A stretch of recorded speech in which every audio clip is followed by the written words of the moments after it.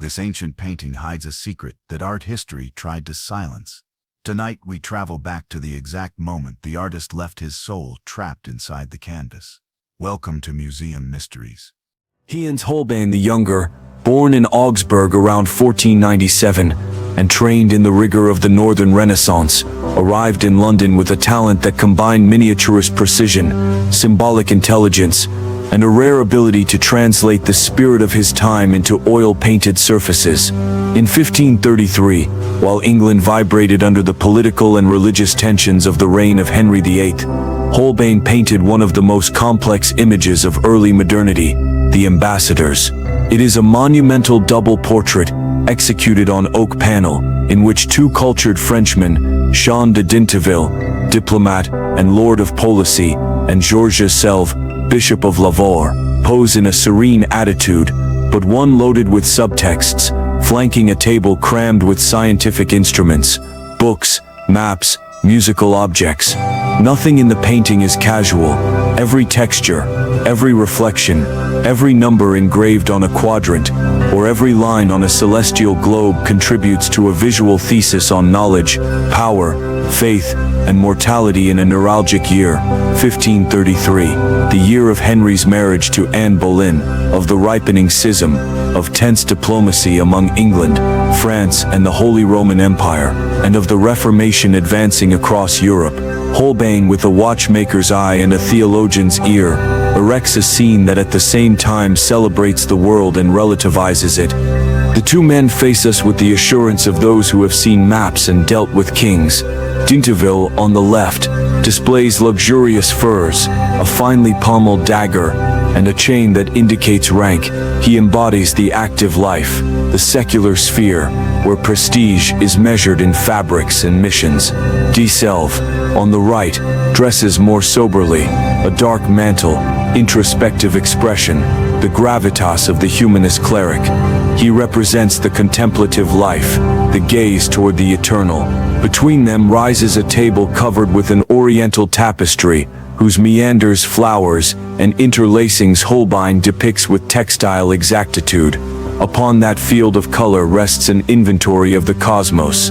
On the upper shelf, a celestial globe with constellations, a torquetum or astrolabe, sundials, quadrants, dials, instruments to fix the positions of stars and measure time, the science of the heavens, the calculation of the invisible, the numerical architecture of the firmament.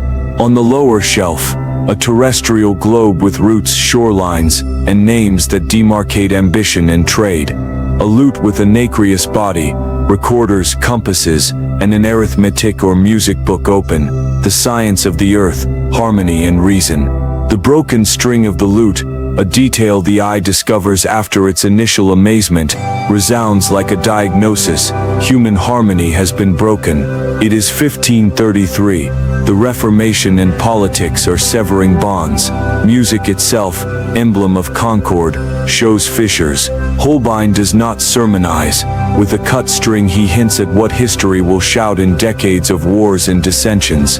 But the most audacious stroke of the composition is that oblong, strange shape that floats in the lower area of the painting, tilted diagonally like a senseless plank. Whoever steps aside to an oblique angle, or raises a reflective cylinder, discovers that it is not a stain but a skull, an anamorphosis that metamorphoses the blot into a memento mori. The skull demands that the viewer move, change point of view, abandon the frontal gaze that is satisfied with the shine of furs and metals. Death, displaced and distorted, claims its place and completes the triangle of meanings above, the sky and its measurements. In the middle, men and their endeavors. Below, death that relativizes everything. The skull is at once an optical trick and a metaphysical truth. It forces sight to become judgment and curiosity to turn into awareness. In keeping with that key, Holbein places a barely visible crucifix behind the green curtain, in the upper left corner, as if the sacred were veiled by worldly splendor present, but not evident. The painting then is articulated as a secular catechism and a courtly examination of conscience, science and technique, music and calculation, luxury and diplomacy, but also crack, veil and skull. Every object contains layers. The terrestrial globe points out places and opens routes. Its burnished brass turns the world into an apprehensible sphere, but also shows the limitations of the cartography of the time, with unknown areas and disputed toponyms, the map as desire. The celestial globe orders constellations, translates myth into geometry, although the sky itself remains unruly, reminding us that we measure patterns but do not master the vault. Sundials connect time and light. They measure the shadow that hurls the day toward its afternoon. The open book invites us to read rules, to negotiate intervals and dissonances. Arithmetic promises exactitude. Music hints at concord. Both in human hands can create beauty or a justification for power. Holbein seems to say that knowledge is admirable and also insufficient, that another key is needed so that this table is not an altar of vanity. The key perhaps lies in the hidden crucifix and the oblique skull, in the idea that what is seen does not exhaust what is real, and that what is measurable does not fulfill what is true. The biography of the sitters irons the canvas onto the calendar. Jean de Dentiville, ambassador of Francis I at the English court, knew firsthand the elasticity of fortune and the prudence of words. He bore on his shoulders a post that was both mask and risk. Georges de Selve, a young and humanist bishop, was not only the priest of a see, he was a reader of ancient and contemporary authors, an interpreter of the world, a bridge between faith and reason. That both should pose together in London, in that particular year, condenses a program. France watches England. The church looks at its own fracture. Diplomacy meets science to present itself as culture. Holbein knows how to portray not only men but ideas dressed as men. The staging reinforces everything. The green curtain is a theatrical backdrop that suggests interiority and exclusion. Behind it there is something more that veiled Christ, but the here and now world imposes its brilliance. The geometric pavement, inspired by the cosmetic pavement of Westminster, anchors the scene on English soil. Its tesserae and marbles replicate a cosmology of circles and polygons, a mathematical order underfoot. The textiles, with their furs and silks, are materiality made into prestige. In their splendor there is also a shadow, the ease with which cloth is cut, stained, burned, sold. Dentiville's dagger, his medallion, the ermine-sleeved garment, are signs that can be read in the grammar of the court. De Selve's controlled gesture contrasts with the layman's firmer touch. Holbein makes volumes coexist with volumes, men with objects, faith with science, diplomacy with music. The entire painting is a concert of surfaces. The polished wood of the lute, the roughness of the tapestry, the turned metal, the paper lined with ink. Everything is presence, everything is sign. The history of the work prolongs the argument. It belonged to the Dentiville family and circulated discreetly until, after centuries of journeys and sales, it entered the National Gallery in London in 1890. There it was integrated into a public narrative that turned it into an emblem of the institution and a mandatory stop for those seeking to understand how art can think. Throughout its material life, the oak board suffered deformations, worn varnishes tinged its light amber, overpainting and interventions altered details. In 1996-97, an important restoration removed yellowish veils and returned balance to the tones, revived greens, blues and carmines, clarified inscriptions, and calibrated the reading of objects. There was controversy. Some specialists criticized adjustments to the anamorphic skull, an element so delicate that a minimal shift seems to denaturalize it, and questioned the degree of optical respect for the original. The controversy, however, brought to the forefront the very condition of the painting. It is a machine for seeing, a device of perspective, an invitation to the mobility of the eye. To restore it is to dialogue with its most radical trick. Since then, technical studies with reflectography, raking light, and pigment analysis have confirmed Holbein's sophistication and the stability of much of his workmanship. Tempera in the ground, extremely thin layers of oil, underdrawings that correct proportions, strokes that guide the final exactitude. Interpretations have mutated, as societies have. There were those who read in the broken string of the lute a direct allusion to the Reformation, Christian harmony broken by the schism. Others have seen in the oblique skull a mockery of courtly vanity or a severe meditation on the perishability of knowledge. The triad of veiled crucifix, table of knowledge, tatamorphic skull allows Trinitarian readings of heaven, world, and death. The painting admits political readings, Franco-English diplomacy, philosophical ones, the relativity of point of view, theological ones, the invisible behind the veil, scientific ones, confidence in measurement, and musical ones, broken and possible concord. There are even iconological paths that suggest certain positions of instruments mark symbolic dates or hours of 1533, as if Holbein had wished to seal upon its surface the instant of a conjuncture. The modern viewer, accustomed to screens and selfies, discovers with surprise a work that already asked for a turn, a shift, optical participation. The painting is interactive before interactivity. There were no evident taboos nor censorship scandals, but there was indeed a silent subversion. Introducing a gigantic skull into the portrait of two powerful men was a gesture of intellectual courage. It does not diminish the sitters, it humanizes them. It reminds them, and reminds us that every calculation is made under the shadow of finitude. The work does not discredit science, it dignifies it by placing it in its place, not as idolatry but as a tool. Nor does it denigrate wealth. It strips it of absolutism and returns it to the rank of means. Devotion appears, discreetly, as a necessary background, not aggressive, a half-hidden Christ that withstands the noise of fabrics and woods. The painting has influenced generations who learn from it how to load a portrait with thought. It teaches that the genre can harbor theses and paradoxes, that detail is not adornment but argument, that a composition can be both inventory and meditation.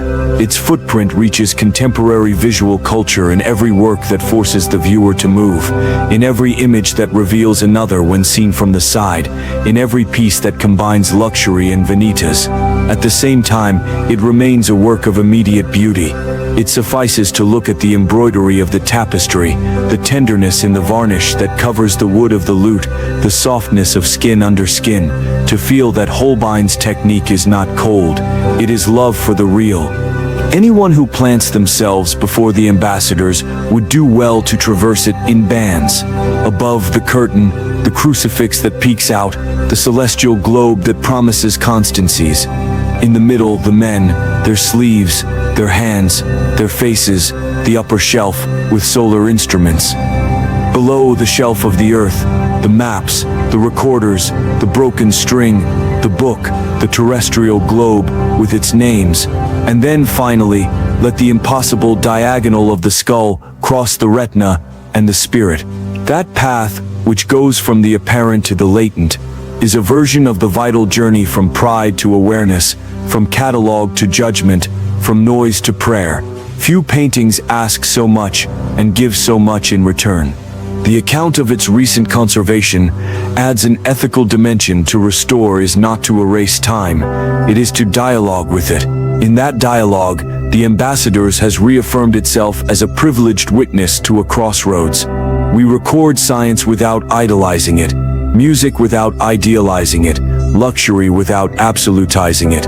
And we admit the last datum, the one that neither globe nor quadrant domesticates death, which in the painting becomes an optical pedagogy. There is a contemporary lesson in that device. Changing perspective is not relativism, it is an expansion of meaning. The skull exists, even if frontal vision denies it. Reality includes what we do not look at. If a guide were to take you before the work and give you a single piece of advice, perhaps he would say, move.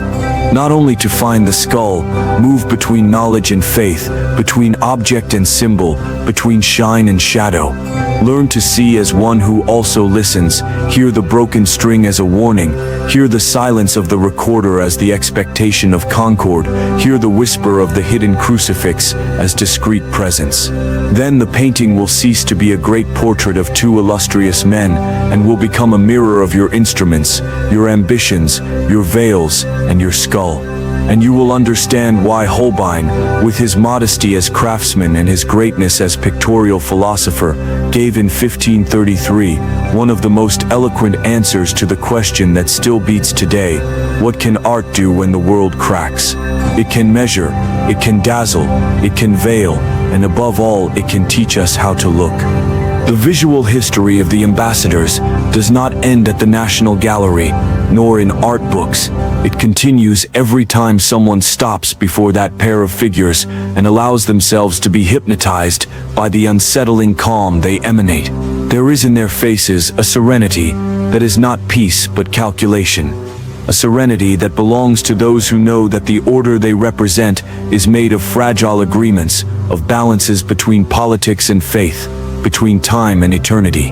Jean de Dinteville and Georges de Selve do not pose as heroes nor as saints, but as men trapped on the threshold of an era that began to turn faster than their own understanding of the world. That tension between confidence in reason and the shadow of mystery is the heart of the painting. Holbein, with his almost scientific precision, converts matter into idea. The objects, arranged with geometric rigor, seem a demonstration of human dominion over nature, but at the same time, the painter leaves cracks through which the invisible filters. The broken string of the lute not only speaks of religious discord, it is also a reminder that no harmony lasts forever.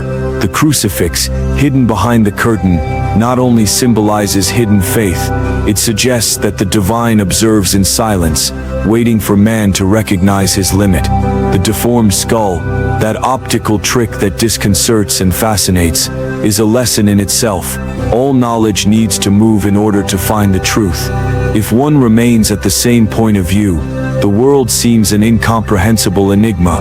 If one dares to look from another angle, what seemed absurd reveals itself as a warning. That teaching of movement, of changing one's gaze, makes the ambassadors an almost modern painting. There is no other 16th century painting that demands so much participation from the viewer. Holbein turns passive contemplation into an intellectual act. The observer not only sees, but thinks, compares, shifts. In that invitation to move lies the seed of modern doubt, of the science that no longer accepts fixed truths. That is why many art historians consider this work a meditation on knowledge itself, a visual equation between faith, reason, and mortality. But the painting is not exhausted in the philosophical message. Within it beats also a political reflection. In 1533, Europe was divided. The Protestant Reformation broke the continent's balance. Kings competed for alliances, and ambassadors were key pieces of a diplomacy that tried to maintain peace. Holbein knew those tensions well. He worked at the court of Henry VIII, a monarch who would soon challenge the Pope and reconfigure the map of Christendom. Portraying two Frenchmen in that context was more than a commission. It was a declaration of balance, an image diplomatic in itself. The men represented neither argue nor preach. They observe, meditate, pose before a world in decomposition. The table between them, with its instruments and books, is also a field of symbolic negotiation. Science and faith, calculation and contemplation must coexist or everything collapses. In this sense, the ambassadors can be read as a manifesto of humanism. Holbein, heir to the spirit of Erasmus and the erudition of Basel, turns painting into a visual encyclopedia of Renaissance learning. Every object has its reason for being. The celestial globe refers to the divine order, the terrestrial globe to the political order. The measuring instruments speak of the new confidence in mathematics. The books and recorders allude to education and to music as metaphors of harmony. Everything is ordered, everything seems stable, but the skull at the foot of the painting introduces the inevitable crack. It is as if the painter whispered, "Yes, you measure the world, but the world does not belong to you. Yes, you accumulate knowledge, but time will see to dispersing it." The vanity of learned men becomes the hidden theme of the portrait. For centuries, the painting was admired for its technical virtuosity, but few grasped its symbolic depth. The public saw two magnificent portraits, a display of luxury and science. It was not until the 19th century that historians rediscovered the anamorphic skull and understood that the painting contained a secret philosophy. That rediscovery changed its interpretation forever. What appeared to be a catalogue of erudition turned out to be a meditation on death. Since then, the Ambassadors has fascinated generations of thinkers, artists, and philosophers. Walter Benjamin considered it one of the first works in which the image becomes thought. Roland Barthes described it as the vanitas of knowledge. The 20th century added new readings. Some saw in it an allegory of the conflict between science and religion. Others, an early representation of the duality between image and truth, between appearance and essence. In recent times, it has even been interpreted as a reflection on the very act of seeing. The deformed skull anticipates the modernity of point of view, the notion that reality depends on the position of the observer. Every era has found in Holbein a mirror for its doubts. In the digital age, his message remains valid. We live surrounded by information, yet we still fail to look from the right angle. In technical terms, the painting continues to astonish for its command of light and color. Holbein achieves an impossible balance between precision and poetry. The texture of the fabrics is so real one can almost feel the weight of the fur or the cold of the metal. The reflections on the instruments are exact. The folds of the green curtain open like a liquid architecture that envelops the scene. Yet behind that formal perfection lies a silent disquiet. Nothing in the work is static. The object seems suspended in a time halted just before change, as if the entire Renaissance order were about to crumble. The restorations of the 20th and 21st centuries have made it possible to discover the fineness of the original stroke. Under layers of darkened varnish, there appeared livelier colors, details in the eyes of the sitters, small inscriptions on the instruments, even the trace of invisible corrections that show how Holbein sought the exact balance of perspective. The study with infrared reflectography revealed that the skull was carefully calculated by means of projective geometry, something extraordinary for its time. The restoration also confirmed that the crucifix behind the curtain was painted with an almost secret delicacy, perhaps intentionally veiled so that only the patient viewer would discover it. Today, before that panel that has survived wars, relocations, and centuries of interpretation, the modern viewer feels a mixture of fascination and vertigo. The Ambassadors is not a painting to be viewed only once. It is an infinite text that changes with each observer. It reminds us that knowledge, however vast, does not stop death, but also teaches us that art can make visible the truth that hides in shadow. In a world where power and information seem to dominate everything, Holbein leaves us a message even more current than in 1533. Mastery of the world without awareness of death is only another form of blindness. Whoever contemplates this work attentively will understand that Renaissance art was neither naive nor complacent. It was a mirror of thought, a machine for thinking.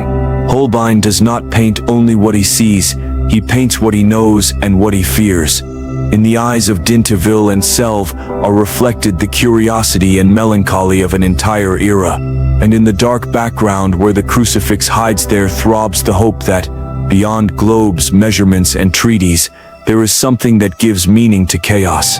That is why the Ambassadors remains. 500 years later, one of the deepest paintings in the world, a double portrait that contains, in reality, the portrait of all of us.